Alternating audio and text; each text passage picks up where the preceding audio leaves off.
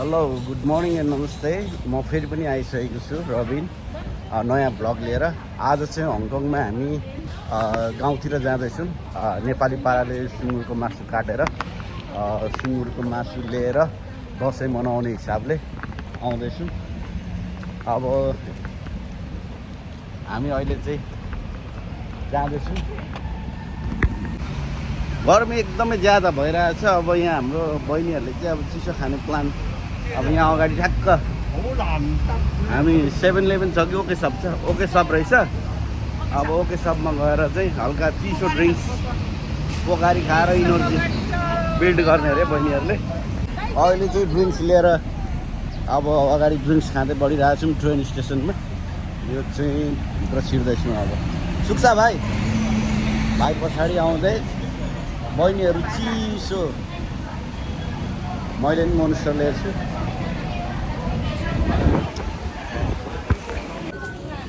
यो चाहिँ train station छिर्दै हो। यहाँ चाहिँ अब अक्टोबस कार्ड पहुँच गर्नुपर्छ।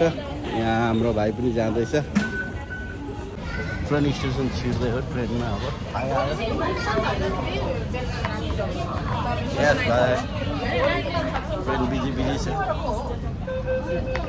अब हामी कामसुङ रोड जान्छौँ, त्यहाँबाट फेरि हामी ट्याक्सी पक्रेर जान्छौँ सुँगुर काट्ने ठाउँ।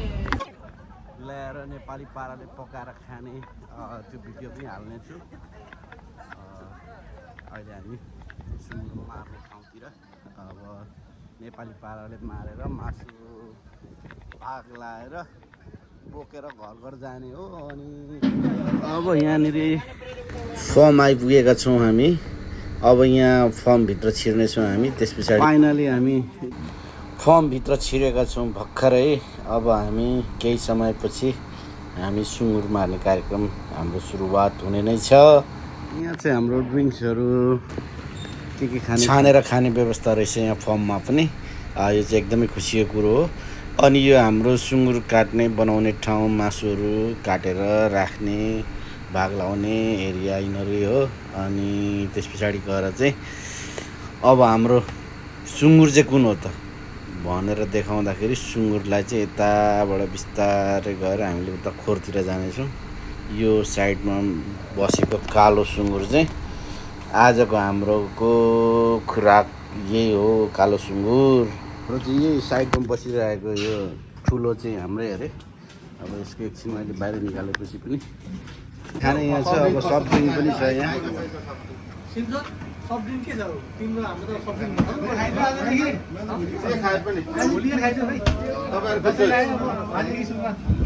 ल अब हाम्रो टोलीहरूको चाहिँ ह्यापी दसैँ, ह्यापी दसैँ। बहिनीको ओरिजिनल ग्रिन टी, बहिनीले गर्दा मैले पनि ग्रिन टी खानु सुरु गरिसकेको छु। ग्रिन टीको धेरै फाइदाहरू, एउटा फाइदा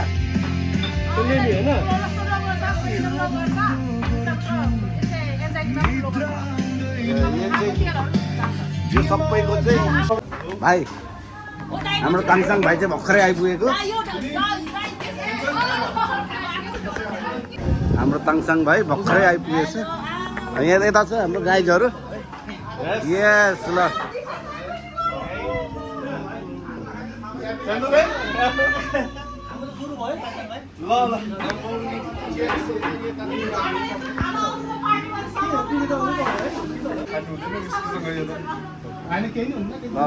भाइलाई सुरु स्टार्ट चाहिँ फ्रुट्सबाट गरौँ न त।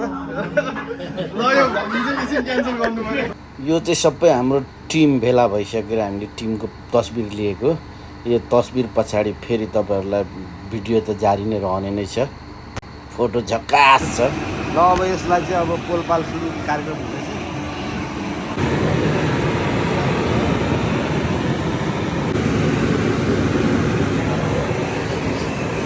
सुँगुर चाहिँ चर्के भइरहेछ। अब अहिले चट्ट कलर लाएर दामी भइरहेछ। अब यो कलर सबै एकचोटि पखालेर अनि उर्को चाहिँ यो चाहिँ मेल हो। यसको चाहिँ निक्लिँदैछ यो साइडमा। अब यसको अपरेसन भइरहेछ।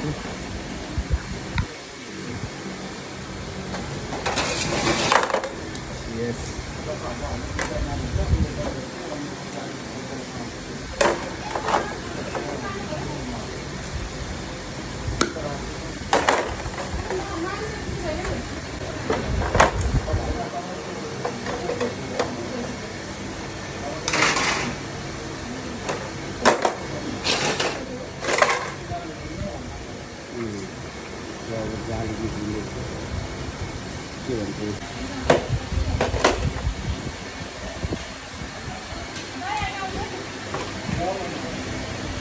यो चाहिँ हेडपट भइसकेको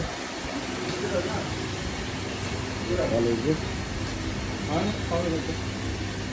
पिता आउँदैछ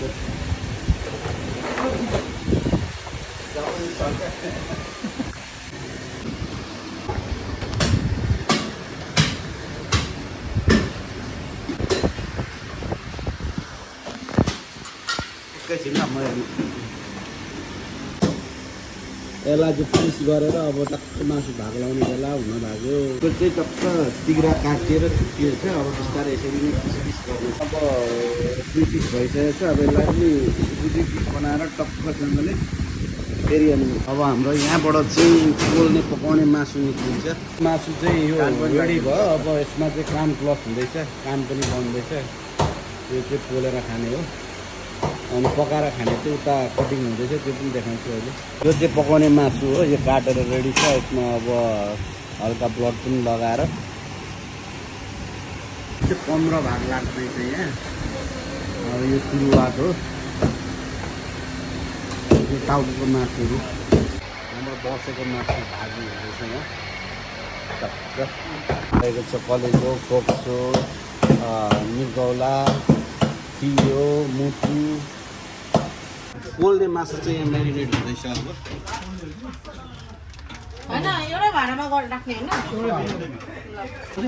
अब चाहिँ टक्क यो पोल्ने मासु म्यारिनेट हुँदैछ अब यसमा चाहिँ यसको व्यवस्था चाहिँ हाम्रो निक सरले के लाउनु पर्ने कसरी गर्नुपर्ने भन्ने इन्स्ट्रक्सन दिइरहेको छ बहिनीलाई मेन गर्ने चाहिँ मेन बहिनी यता हो हाम्रो एलिन बहिनी अब यस बहिनीको हल्का म्यारिनेट हुँदैछ मासु हुँदैछ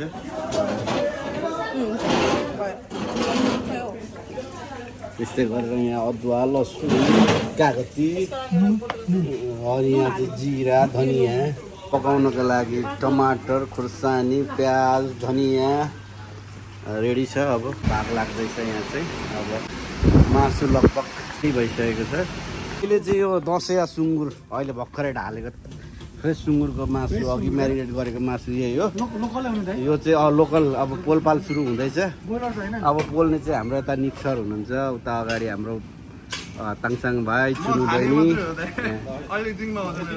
ओके यता हाम्रो विनित भाइ यता हाम्रो राम दाई पोल्दै हुनुहुन्छ धडाधड अब यो हाम्रो मासु पोल्ने चाहिँ यहाँबाट सकिसकेको छ लास्ट हो यो last quality is best quality यो चाहिँ यसलाई चाहिँ ह्याक भन्छ है ह्याक छ यहाँ चाहिँ यो चाहिँ रिब्स हो अत्यन्तै मासु पोलपाल कार्यक्रम हुँदैछ अब यो मासु पोलपाल सकिएपछि फेरि कार्य खानेको हुन्छ लगभग अब हाम्रो मासु पोल्ने कार्यक्रम सकिन लाग्यो मासु पोलिसकेपछि अब हामी खानु बस्छौँ हाम्रो ताङसाङ भाइलाई धेरै धेरै धन्यवाद मासु पिस गरेर सबैलाई खाने अवसर दिइरहेको छ यस अब जति पनि पिस भइरहेछ सबै हाम्रो भाइले गरिरहेछ भाइको अब यो कार्यलाई पनि गुडेस्ट अभियसली एप्रिसिएट त गर्नु परिहाल्यो नि भाइले यत्रो दुःख गरेपछि यहाँ बहिनीको हातमा दाइलाई ल कस्तो छ ह्यापी बर्थडे टु यु यस भाइ कस्तो अरे मासु खाएपछि त गर्मी पनि हुन छोड्नु रहेछ यो हो नि त अरे मासु खाएपछि गर्मी हाडाबुड लिएर आएछ क्या नाचे पनि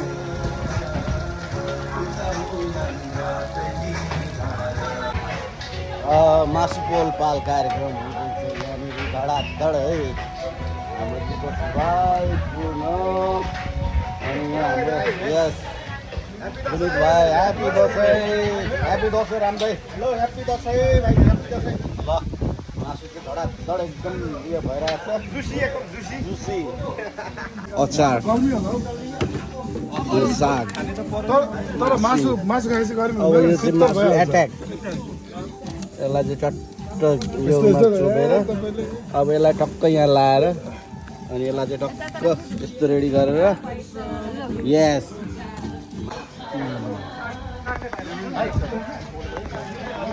उसले जीवन हामी भन्दा धेरै टाढा।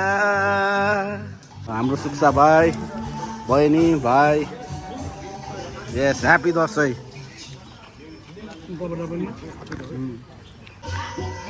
यस भाइ अब ह्याप्पी दसैँ। दसैँको लागि ह्याप्पी दसैँ दाइ। सुँगुर अब व्यवस्था गरेर अहिले पोलेर हान्दैछु। अब पकाएको भुटुवा खान बाँकी छ। पक्कै हल्का रमाइलो दसैँको गुड लक।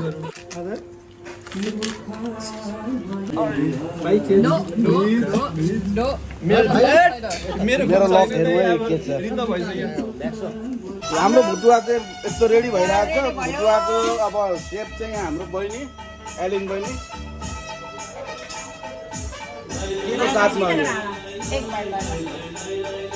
थ्याङ्क यू बहिनी। यो याङमेनसँग टक्कसँगले अब यसरी चाहिँ झ्याट्टै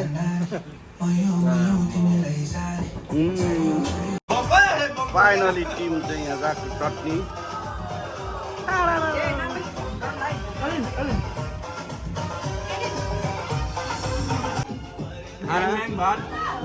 यस अब लाक्पा भाइ कस्तो भइरहेछ त। खोर्सानी एउटा खोर्सानी चाहिँ टोक्देऊ न ऱ्याम्मैसँगले। यस सारा गरेर बहिनीको हल्का डान्स।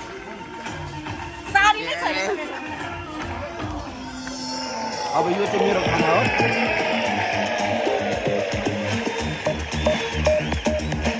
आजको ब्लग चाहिँ यहीँ समाप्त भएको घोषणा गर्छु। अब सी यु नेक्स्ट ब्लग भन्दै यहाँहरूमा बिदा लिन्छु। धन्यवाद।